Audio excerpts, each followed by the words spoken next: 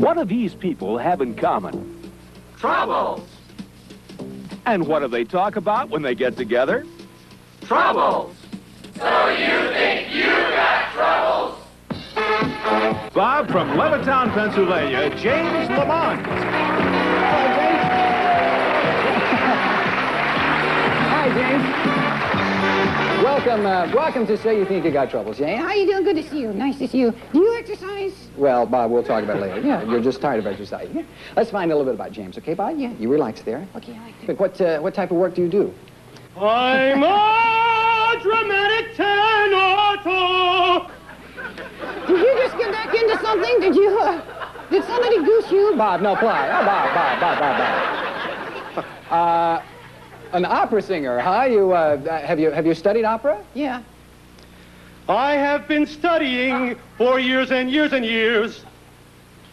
How many years is it going to take you to get it right? Bob, please. So, do you sing professionally? Knock it off. Okay, do you professional engagements, Jim? Yes, I sing for the Trent Civic Opera, and I sing the national anthem, too. In Philadelphia and in Chicago, just for you!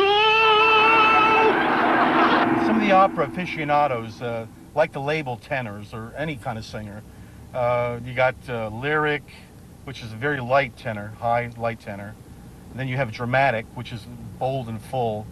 And then you have a guy who's in the middle, can sing both dramatic and also light rolls. And that's what I am. I'm a spinto. And it's a very rare voice, and especially in the higher registers. Because I can tack out about a high C, C sharp, sometimes high D. Deep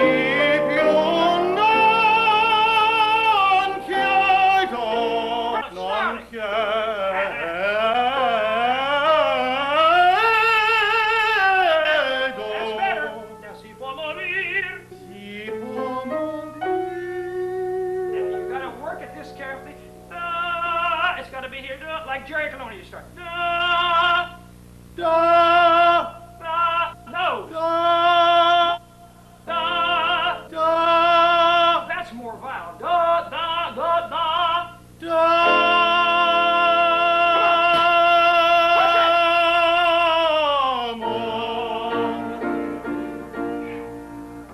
Thing is this, I was asked to do a show. It's a showcase in Los Angeles, California, Hollywood area. And my manager at the time said there's a place called The Horn, and they wanted me to come on and they wanted to hear me, a couple of agents.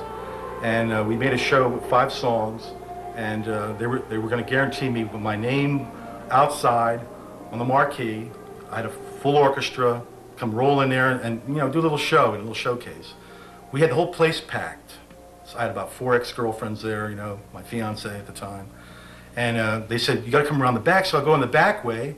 And on my way in, I figured this is going to be a classy place. There's dirt and trash everywhere. And out of nowhere, this one-eyed cat with a fish about jumps back and forth. And my fiance says to me, what is this stuff? I said, what do you want me to do? I didn't know what was going on. So finally, I get inside, and the stage director says, look, you're going to have to cut your show down. I said, well, it's already got 5 songs. How far? He said, well, you got to knock off 3, just begin and end, and that's it. One thing's for sure, Jimmy, you sing, tremendous, you're wonderful, but nobody knows you. You're definitely the greatest unknown singer in the world, which in a way is a compliment. So, I told Cy, I said, look, I always liked Sammy Davis Jr. I thought he was very talented, and he wrote a book called Why Me, and I'd like to, at least, you were his manager, you'd sign it for me. So what does he sign it? To Jimmy LaMont, the greatest unknown singer in the world, Cy Marsh. In 1966, I turned 18 years old during the height of the Vietnam War, and so I decided to join the Army, and I became a regular Army, and I went in, and I was trained, went to Fort Gordon, then to Europe, NCO Academy grad, and then I got levied to Vietnam. I did not want to go to Vietnam. I did not want to kill anybody. All I wanted to do was sing opera.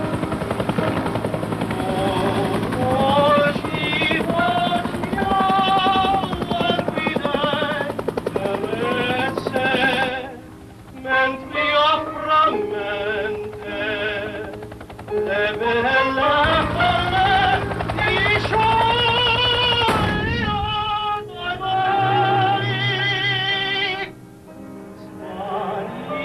sempre sogno mio amore non hai fuggito con muoio disperato con muoio disperato e non amato mai cantar la vita tanto. I was a heavy weapons sergeant, and I had 35 men under me, and we would have to police the perimeter, or we'd have to patrol, and sometimes we would come across what the enemy had done to some of our comrades.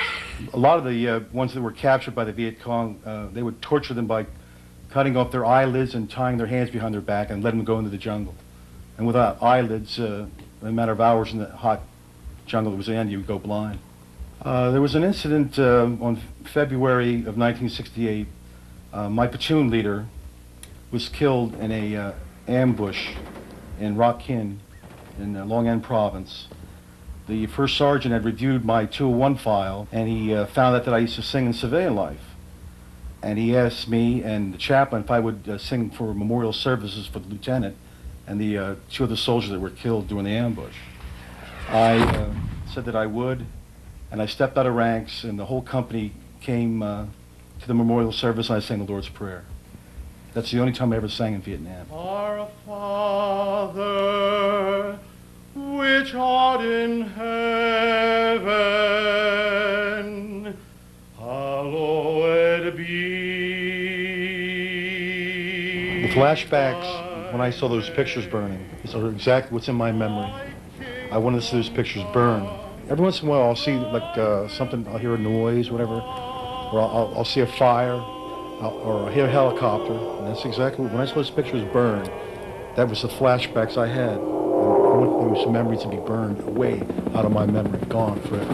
Oh, say does that star-spangled banner yet wave o'er the land of the free and the home of the brave? Veteran James LaMont and our national anthem. When I got back from the Nam, I changed my name from Joe Banyas to James LaMont because I thought it would help my career, but I got sidetracked. I got into a fight with two men, and the next day one of them died, and I was charged with murder. I actually felt that at the time I couldn't believe this happened to this individual, so I went down to the police station to see what happened. As soon as I went down, they placed me under arrest and charged me with the criminal homicide of this individual. I literally was shocked. I couldn't believe that such a terrible thing happened. And my career, I had contracts to sing and record contracts, all went down the tubes. I ended up in prison. I was in the public defender's office at the time and saw Joe in the prison, talked to him about the case, and realized that medical issues were extremely important. The crimes code in Pennsylvania had just changed so that the law of causation was in a state of flux. It used to be that if you set a course of events in motion which resulted in a person's death, you were liable criminally for that death, and you would therefore be convicted of murder. But they had just changed the causation section of the crimes code, and it was an open question whether or not Joe was guilty of this murder. I was fighting actually two men, and I had to use what we call in the real world hard rock punching. And the individual that I was fighting was like, I hit him twice. I broke his jaw with the left and broke his nose with the right. And I took him out, and then his friend jumped from the rear and tore the hair out of my head. Well, then after that, I knew it was an unfair fight, and I warned these guys as they joined and jumped on me that I was going to use deadly force, but they had forced me to the ground and smashed my head literally right into the cement, and blood was all over the place. The individual that I hit and broke his jaw and his nose with just two punches was like, he was just bleeding profusely all over the place. Joe's an extremely strong, bull-shaped guy who is so strong that he once bowed out both doors of a police car when he was irritated by the police and pushing with his arms against one door and his feet against the other. He punched Mr. Lavin so hard that he broke his jaw. I lifted up with the blood dripping in my face, these two men, close to 500 pounds, and I threw them away like puppets. Then I again warned him that I'm used deadly force. Guilty! No, Bob, please, please. Joe made a statement to the police that something to the nature of he beat him and he's glad he did. And that was pretty terrifying in light of the fact that Lavin had died. While I was in prison, I was placed in what is called red lock, solitary confinement, prior to being arraigned, and also they had to bring me before a judge to set bail. But since it was a capital case, there was no bail right away. What happened during the trial is that Reichley just did not believe that Joe was a tenor, and he definitely didn't believe he was a professional tenor, and he didn't believe he had a good voice, and he believed that he was just full of hot air and making all of this up. Well, the district attorney referred to me, since I fought in Vietnam, as a professional killer, and that wasn't true because I'm an opera singer, and he really didn't believe me, and he kept on referring me during the trial as an alleged opera singer. You killed people in Vietnam, you did this, your hands are deadly weapons. Finally, he made a fatal mistake. He said to me, if you are a professional opera singer, you should be able to sing right now in this courtroom in front of all these people. And I challenge you to sing right now. Joe stood up, buttoned his coat, and said, "My first selection will be Una furtiva lagrimata." Una furtiva lagrima negli occhi suoi spuntò, quelle vistose giovani.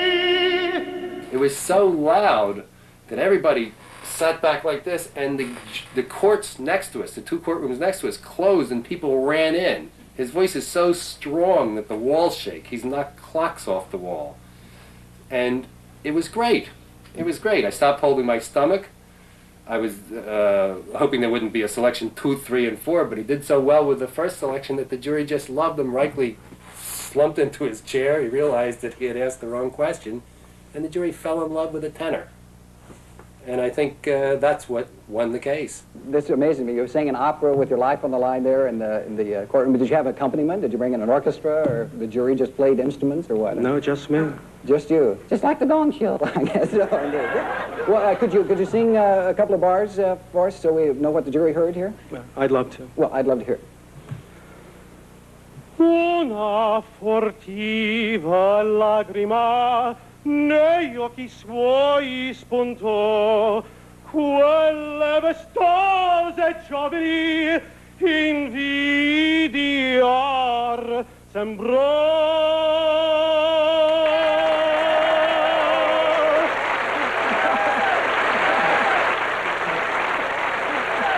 After I got done singing, the jury went out and came back and found me not guilty of all charges. And true to Mr. Reichley's particular persona, he had the jury polled, and I had 10 charges against me, from murder all the way to disorderly conduct.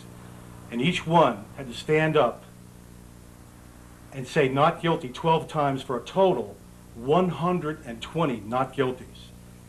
And I know to this day, if I did not sing that aria in open court live, I would not be here today doing this documentary.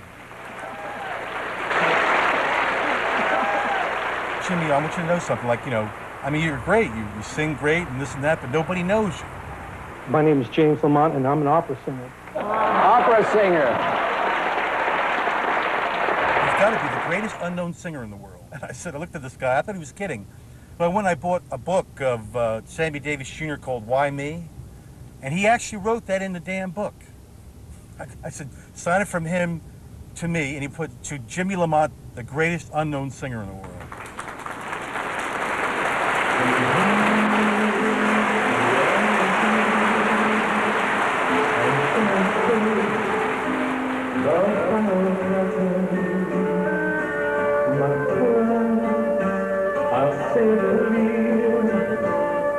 state my case, of which I am certain. I've lived a life that's full